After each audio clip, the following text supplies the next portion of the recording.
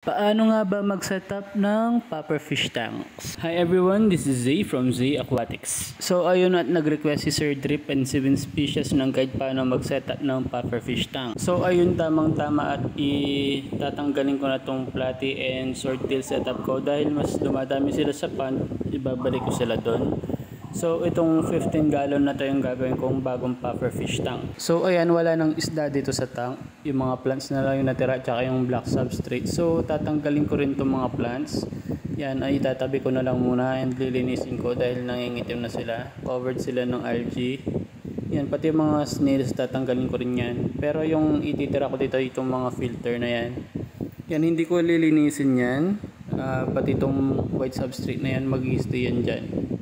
Yan, hindi ko lilinisin yung substrate, tatanggalin ko lang yung black. So ayan, at tatanggal ko na nga yung mga plants. Yan, natira na lang yung black substrate and yung white substrate.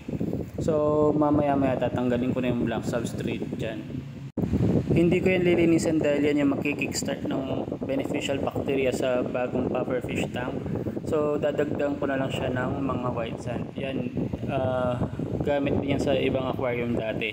So ayan, at na-design ko na rin pala itong bagong puffer tank. And lalagyan ko na lang ng salt water to.